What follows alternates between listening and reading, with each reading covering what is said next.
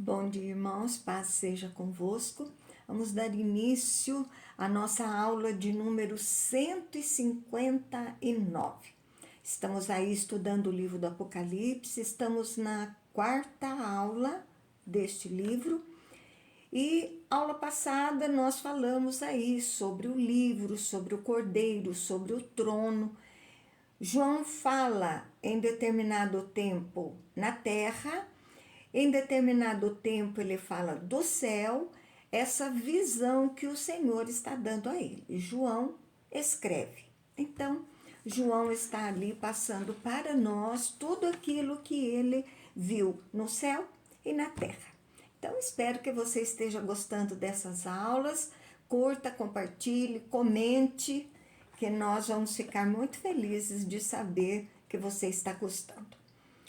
Vamos falar hoje sobre o cordeiro abre os selos. Então, são 7 selos e vamos começar agora o primeiro selo. Apocalipse, capítulo 6, versículo 1. Abra sua Bíblia e tenha um papel aí junto com você para anotar todo o simbolismo que é falado para você não se perder.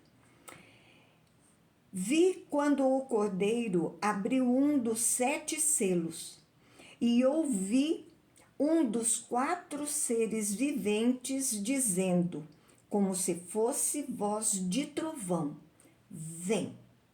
Então, 4 seres são seres espirituais.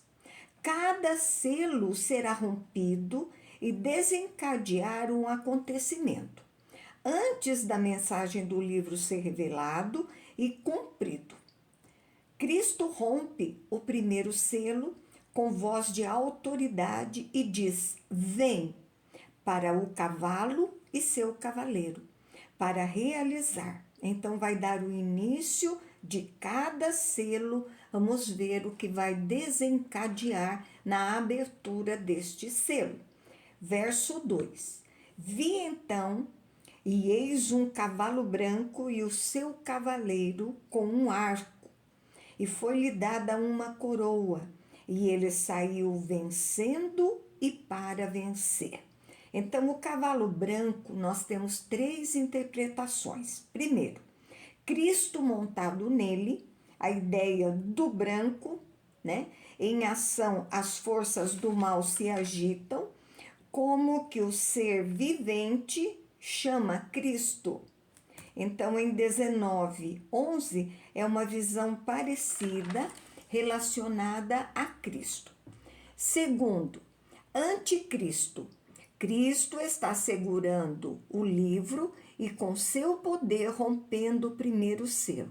Então, ele quer imitar a Cristo, né, o arco, para causar danos.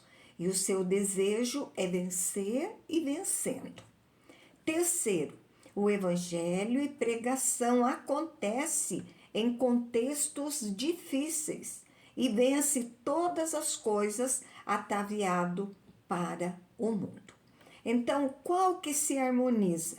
Na verdade, a primeira interpretação indica Cristo em batalha, que vai vencer a batalha e já venceu também.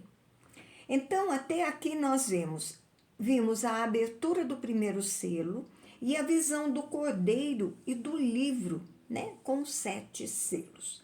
Agora, o cordeiro vai abrir o segundo selo.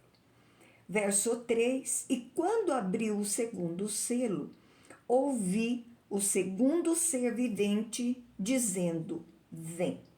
Então, João narra a sua visão agora, o segundo selo, 4 seres viventes, que chama um dos cavaleiros, o branco, sendo chamado, agora o segundo ser vivente diz, vem, tem autorização para realizar.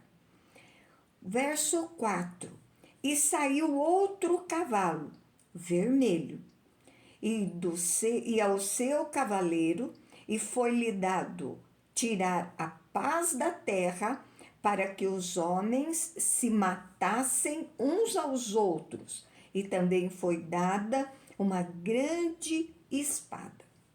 Então, branco é Cristo que está em batalha e vai vencer. O cavalo vermelho é sangue, guerras. Foi emitido pelo Senhor. Não explica como e nem em qual ocasião.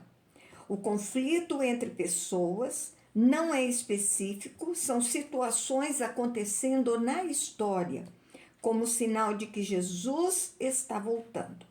O objetivo era tirar a paz da terra, é uma atuação maligna com limite de Deus, até certo ponto ele pode agir, e nós vamos ter guerras. Os selos indicam cada vez mais aqueles que estão distantes do Senhor. A espada é a batalha, a guerra. Os homens rejeitaram o príncipe da paz, então haverão guerras. Agora o cordeiro abre o terceiro selo. Verso 5: Quando abriu o terceiro selo, ouvi o terceiro ser vivente dizendo: Vem. Então vi, e eis um cavalo preto, e o seu cavaleiro com a sua balança na mão. Então o rompimento do terceiro selo chama o cavalo dizendo: Vem. Este cavalo é um cavalo preto, cor das trevas. O agravamento das situações do conflito entre homens. E a balança é onde pesa alimentos, então vai haver escassez de alimento, vai haver fome. Verso 6: E ouvi uma como que voz no meio dos 4 seres viventes, dizendo: uma medida de trigo por 1 denário, 3 medidas de cevada por 1 denário, e não danifiques o azeite e o vinho. Então a voz não se sabe de quem, né? Sai do meio, e ali ela diz, né? Denário, o dinheiro de um dia do trabalhador, uma medida de trigo, então era o consumo diário de um homem adulto, e a escassez estava grave. Sobe o preço dos alimentos, o básico começa a ficar muito caro. A cevada para animais e mais pobres ainda consumiam. Então a cevada era mais barata. Então aqui nós temos, não era fome catastrófica, teria o que consumir, e os ricos não seriam tão afetados como os pobres. Essa é a mais provável. Azeite e vinho só os ricos compram na escassez. Então essa voz dá ordem e limita a ação deste cavaleiro. Agora o cordeiro vai abrir o 4º selo. Verso 7: Quando o cordeiro abriu o 4º selo, ouvi a voz do 4º ser vivente dizendo: Vem. O 4º selo desencadeia agora outros acontecimentos. Verso 8: E olhei, e eis um cavaleiro amarelo, e o seu cavaleiro, sendo este chamado Morte, e o inferno o estava seguindo. Foi-lhes dada autoridade sobre a 4ª parte da terra, para matar a espada, pela fome, com a mortandade e por meio das feras da terra. Então o amarelo indica a morte com diversos eventos. A morte é o símbolo de situações. João não explica como o inferno seguia a morte. Por trás, a pé, no mesmo cavalo, a visão é bem simples, né? É simplificada. Diz o inferno, o Hades. Então coletava o espírito dessas pessoas, espiritual, o mundo da morte, a ideia do físico afetado e do espiritual também. A autoridade foi dada por Deus ao cavaleiro, sobre o alcance limitado, somente poderia atingir a quarta parte da terra. E a espada, o cavalo vermelho, indica guerra e violência. A fome mata muita gente, mais severa que o cavalo preto. A mortandade com doenças, pestes, pragas, feras, animais selvagens, homens agindo como animais contra o seu próximo. Então, o crente não deve ficar preocupado, porque ele é guardado pelo Cordeiro de Deus, que está no controle. Então, não tenha medo. Isso vai acontecer com o ímpio, não vai acontecer conosco. O Cordeiro agora vai abrir o quinto selo.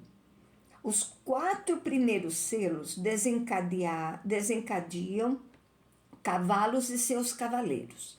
A partir do quinto selo será diferente. Verso 9. Quando se abriu o quinto selo, vi debaixo do altar as almas daqueles que tinham sido mortos por causa da palavra de Deus e por causa do testemunho que sustentavam. Então, o cenário de pessoas que morreram em sinais dos outros selos. São os salvos, suas almas estão na presença de Deus. O altar que ficava no pátio do tabernáculo, a área descoberta, do holocausto. Alguns pensam que ali os servos de Deus como sacrifício ao próprio Deus pelo Evangelho. O Espírito estava na presença do Senhor. O avanço do reino de Deus vai causar morte de muitas pessoas. Então, no rompimento do quinto selo, os irmãos são recebidos no céu como sacrifício, que agrada ao Senhor. Verso 10. Chamaram em grande voz, dizendo: Até quando, ó soberano Senhor, santo e verdadeiro, não julgas nem vingas o nosso sangue dos que habitam sobre a terra? Então clamaram diante do altar os mortos, acordados e falando pós-morte na presença do Senhor. Então preste atenção que esse povo está lá no céu, Então ninguém está dormindo, todo mundo está falando com Deus. Até quando, eles buscam a justiça do Senhor triunfando sobre a terra, que é o que nós cremos. Reconhecem de quem governa e é soberano sobre tudo e sobre todos. O único capaz de fazer a verdadeira justiça a toda retidão. Traz a ideia da vinda do Senhor, traz a ideia do julgamento do mundo. Verso 11. Então, a cada um deles foi dada uma vestidura branca, e lhes disseram que repousassem ainda por pouco tempo, até que também se completasse o número de seus conservos e seus irmãos, que iam ser mortos com igualmente eles foram. Então, a veste branca é a felicidade, o repouso, as justificados, a parte da herança. Acalmem-se, o plano vai se completar. O martírio ainda aconteceria, antes que Deus derramasse a sua justiça. Então, outros ainda iriam morrer por causa da palavra, por causa do Evangelho. Agora o Cordeiro abre o sexto selo. Verso 12. Vi quando o Cordeiro abriu o sexto selo, e sobreveio grande terremoto. O sol se tornou negro, como saco de crina, a lua toda como sangue. Então a visão continua, João está no céu, não esquece. O sexto selo traz a ideia da proximidade do reino de Deus. Então o dia do juízo está acontecendo. Não são 24 horas, mas vai acontecendo nas últimas épocas. O terremoto, sinais na natureza, abalo de terra. Mostram os selos desordens de ordem social, guerras, fome, violência, pessoas abandonando o príncipe da paz. E agora a natureza também traz sinais de que foi também afetada pelo pecado. Então as coisas estáveis do mundo começaram a ficar abaladas. O sol negro, saco de crina, é um pano escuro. Não é eclipse, que é natural. Então é algo que não é natural. Em Mateus 24, 29, diz: logo em seguida, a tribulação daqueles dias, o sol escurecerá. A lua não dará a sua claridade. As estrelas cairão do firmamento e os poderes dos céus serão abalados. Então a lua, como sangue, vai ser perceptível como algo anormal. Então, tudo que vai acontecer não é nada costumeiro. Os terremotos serão diferentes, tudo. Você vai, aqueles que aqui estiverem, vão perceber, né, que toda essa catástrofe, ela não é natural, não é algo que acontece sempre. Verso 13. As estrelas do céu caíram pela terra, como a figueira quando abalada pelo vento forte. Deixa cair os seus figos verdes. Estrelas não são estrelas cadentes que vão cair. É um sinal envolvendo estrela, é perceptível, né? Diferente de quando a gente vê aí uma estrela cadente no céu. E a figueira usa aí a ideia de um vento forte derrubando o fruto sobre a terra. Verso 14. E o céu recolheu-se como um pergaminho quando se enrola. Então todos os montes e ilhas foram movidos do seu lugar. Então é simbólico, esses eventos vão gerar sinais especiais. Tudo vai ser abalado por causa do juízo de Deus. Montes e ilhas, por causa dos terremotos, se movimentarão. Coisas estáveis se tornarão instáveis, sinais do dia do juízo. A nossa esperança está no Senhor. Todos vão se converter por causa desses sinais. Esses sinais estão escritos na Bíblia. Há quantos anos? Mas todos vão se converter vendo tudo isso? Eles ainda estão tendo a oportunidade? Não vão se converter. Verso 15. Os reis da terra, os grandes, os comandantes, os ricos, os poderosos, todo escravo, todo livre, se esconderam nas cavernas e nos penhascos dos montes. Então, esse número 7 aparece pessoas, né, onde haverá terror que alcançará a todos. Em Isaías 2,19 diz: então os homens entrarão nas cavernas das rochas e nas covas das terras, do terror do Senhor e da glória da sua majestade, quando ele se levantar para assombrar a terra. Então todos esses grupos se esconderão. Então a linguagem figurada, né? A cidade vão buscar se distanciar desses eventos e até da presença de Deus. Então, grande parte foge de alguma forma. Ao invés deles correrem para Deus, não, eles querem se esconder da catástrofe e também de Deus. Verso 16. E disseram aos montes e aos rochedos: caí sobre nós e escondei-nos da face daquele que se assenta no trono e da ira do Cordeiro. Olha só, escondei-nos, preferem a morte, né? Do que passar pela dificuldade, esconder-se da face do Senhor. Enquanto os salvos buscam a presença de Deus, clamam a Deus, essas pessoas querem escapar do julgamento de Deus. É uma situação terrível. Os homens compreendendo o que está acontecendo, mas apáticos em buscar a Deus, rejeitando a sua palavra e agora Acabou a oportunidade, né? O coração endurecido.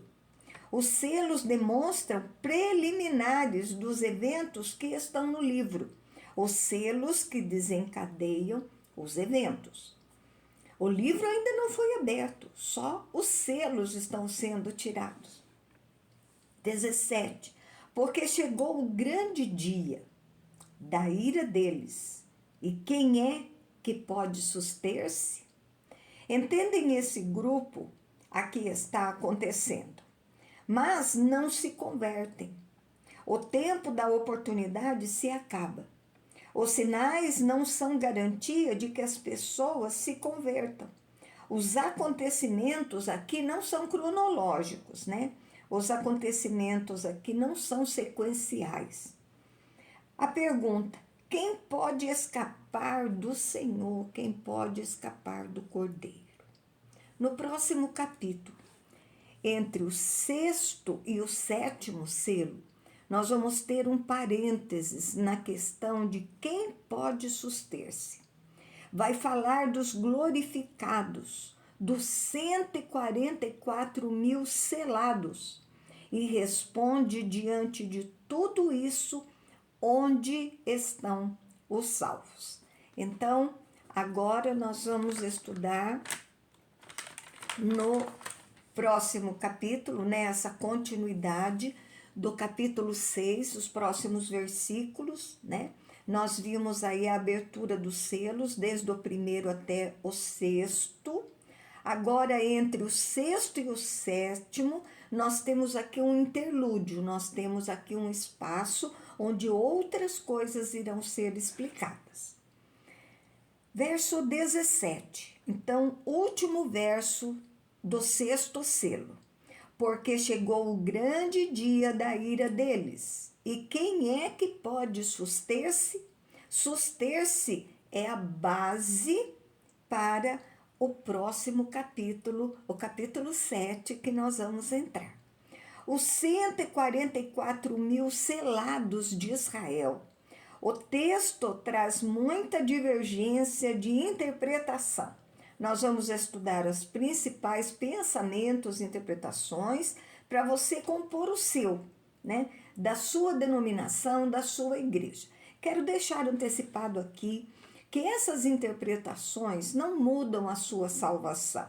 Salvação é pela fé em Jesus Cristo. Nós sabemos que temos que ter uma vida cristã correta, andar com o Senhor, obedecer a palavra.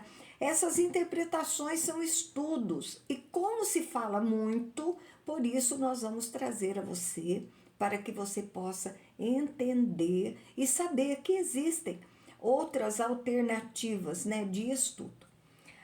Capítulo 7, versículo 1. Depois disso, vi 4 anjos em pé, nos 4 cantos da terra, conservando seguros os 4 ventos da terra, para que nenhum vento soprasse sobre a terra, nem sobre o mar, nem sobre árvore alguma.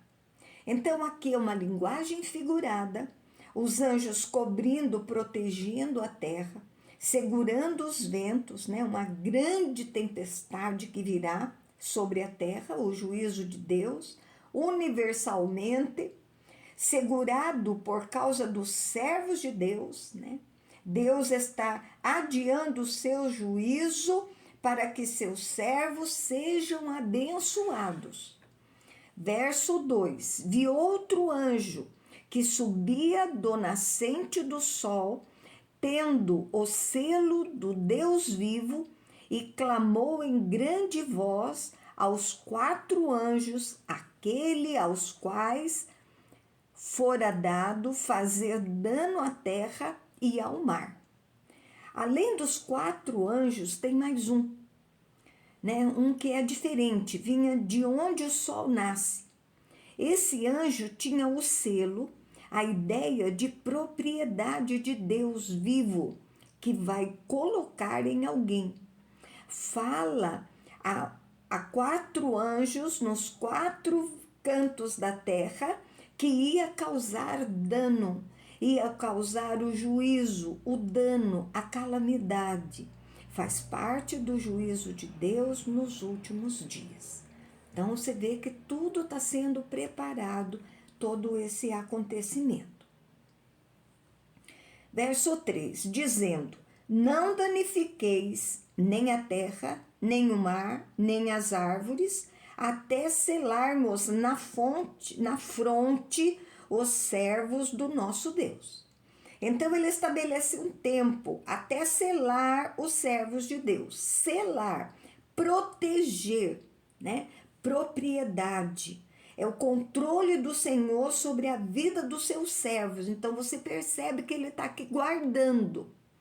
Não é só juízo, mas é proteção dos seus servos. Esperança, apesar de todo esse juízo cuidadoso por ele. A resposta do versículo passado, do 6,17, quem poderá suster-se? Os selados pelo Senhor. Para quê? Marca espiritual, a proteção especial durante o tempo da grande tribulação, onde tudo isso vai acontecer. E nós temos dois pensamentos. Primeiro, esse selo seria a salvação. Segundo, trata de crentes arrebatados antes dessa tribulação.